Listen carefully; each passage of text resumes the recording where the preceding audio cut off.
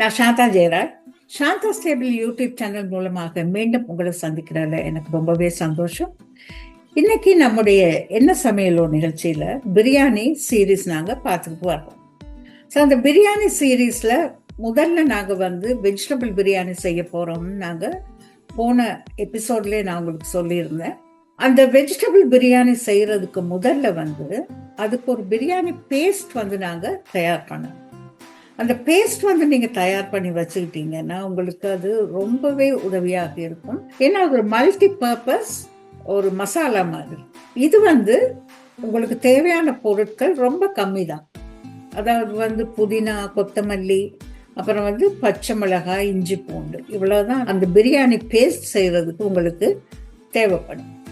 So அது செய்து நீங்க வச்சுட்டீங்கன்னா ஒவ்வொரு தடவையும் நீங்க பிரியாணிக்கு ஒரு பேஸ்ட் அரைச்சு அதை செய்துட்டு இருக்கிறதுக்கு உங்களுக்கு நேரம் இருந்தா ஓகே. நேரம் இல்லாதவங்களுக்காக நான் இது சொல்றேன். அதாவது வெளிநாடுகள் எல்லாம் இருக்கிறவங்க, அது மட்டுமல்ல வேலைக்கு போறவங்களுக்கு இது கஷ்டமான ஒரு விஷயம். அப்பப்போ எல்லாம் செய்துட்டு இருக்கிறது கொஞ்சம் கஷ்டம். ஸோ அதுக்கேற்ற மாதிரி நான் கொஞ்சம் அட்ஜஸ்ட் பண்ணிக்கிறேன்.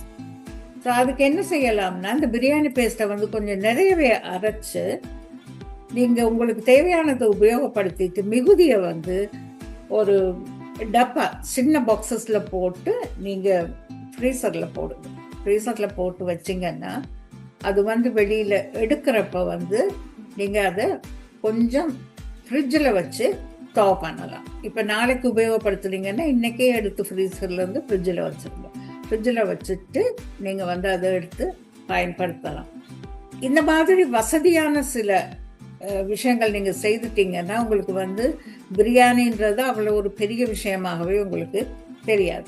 ஸோ இன்றைக்கி நாங்கள் பார்க்க போகிறது வெஜிடபிள் பிரியாணி. வாங்க அது எப்படி செய்கிறேன்னு பார்க்கலாம்.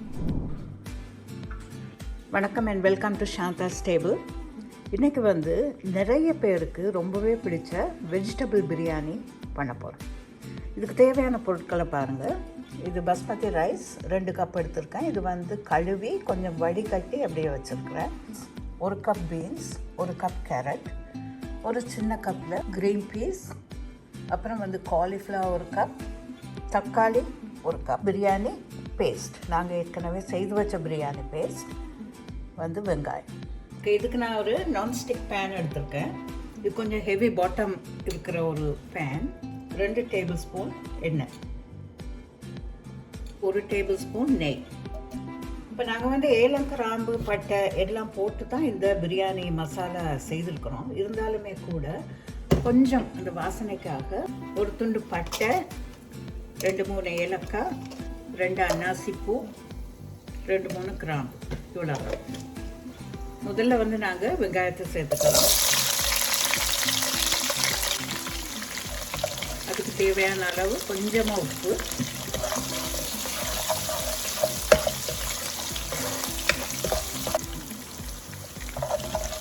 இந்த பிரியாணி பேஸ்ட்,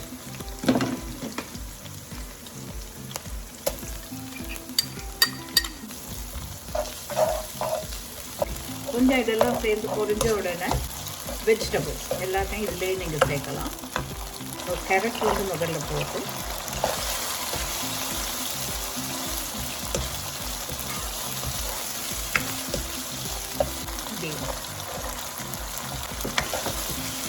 எல்லா காய்கறியும் சேர்த்ததுக்கு அப்புறம் கடைசியாக கொஞ்சம் உப்பு சேர்த்தா போதும்.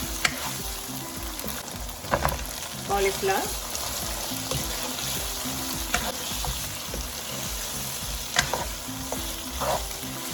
தக்காளி. இப்போ நான் உபயோகப்படுத்த போகிற க்ரீன் பீஸ் ஃப்ரோசன் க்ரீன் பீஸ்னபடியாக அது இப்போவே நாங்கள் சேர்க்க வேண்டிய அவசியம் இல்லை. கடைசியில் சேர்த்தா கூட போதும். அடுத்ததாக அரிசி,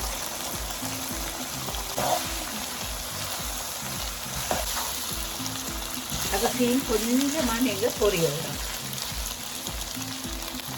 இப்போ இதுக்கு தேவையான அளவு உப்பு, 1 டீஸ்பூன் உப்பு இதுக்கு போதும். உப்பு பத்தலைன்னா அப்புறம் போட்டுக்கலாம்.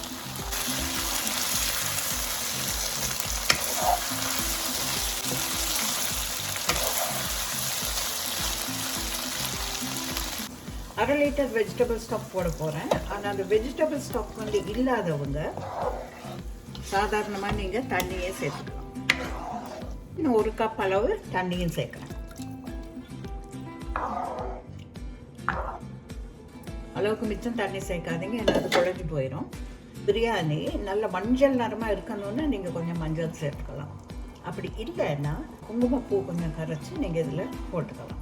நல்ல ஸ்லோ ஃபயரில் தான் இதை வைக்கணும். ஓகே, இப்போ வெஜிடபிள் பிரியாணி எப்படி வந்திருக்குன்னு பார்க்கலாம். எப்போவுமே இது வந்து நீங்கள் கிளறப்ப ஒரு ஃபாக் வச்சுக்கோங்க. ஒரு ஃபாக் இருந்தால் நல்லது, ஏன்னா இந்த சாதம் வந்து குழஞ்சி போகாமல் இருக்கும். இது எல்லோரும் இந்த ரெசிபியை ட்ரை பண்ணி பாருங்கள். பிரியாணி சீரீஸ் நீங்கள் பார்த்துக்கிட்டு இருக்கிறீங்க. அதில் இன்றைக்கி வந்து வெஜிடபிள் பிரியாணி. இது வந்து உங்களுக்கு ரொம்ப சுலபமான முறையில் நான் செய்து காட்டியிருக்கிறேன். எல்லோரும் ட்ரை பண்ணுங்கள். சாந்தா ஸ்டேபிளை சப்ஸ்கிரைப் பண்ணுங்கள். மீண்டும் இன்னொரு பிரியாணி ரெசிபியோடு நான் உங்களை பிரியாணி சீரீஸில் சந்திக்கிறேன். தேங்க்யூ. வெஜிடபிள் பிரியாணி பேஸ்ட் பார்த்தீங்க, அதே சமயம் வெஜிடபிள் பிரியாணி எப்படி செய்கிறோன்னு நீங்கள் பார்த்தீங்க.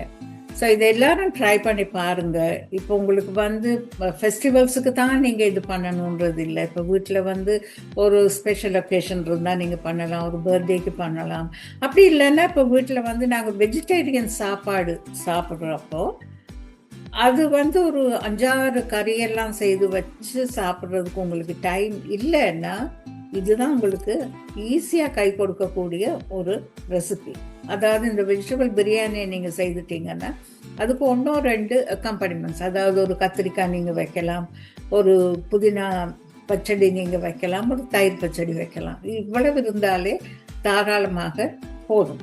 ஸோ இதை போல் நாங்கள் வேலையை வந்து எந்த அளவுக்கு இலகுவாக செய்யலாம்ன்றது வந்து கொஞ்சம் பார்க்கணும். அப்போ கொஞ்சம் டைம் மிச்சம் பிடிக்கலாம். அந்த டைம் மிச்சம் பிடிச்சா அந்த டைமுக்கு வந்து நீங்கள் வேறு ஏதாவது வேலை செய்யலாம். ஸோ இதுதான் டைம் மேனேஜ்மெண்ட். ஸோ மீண்டும் இந்த பிரியாணி சீரீஸில் உங்களை என்ன சமையலோ நிகழ்ச்சியில் நான் சந்திக்கிறேன். அதுவரை மிக்க நன்றி. வணக்கம்.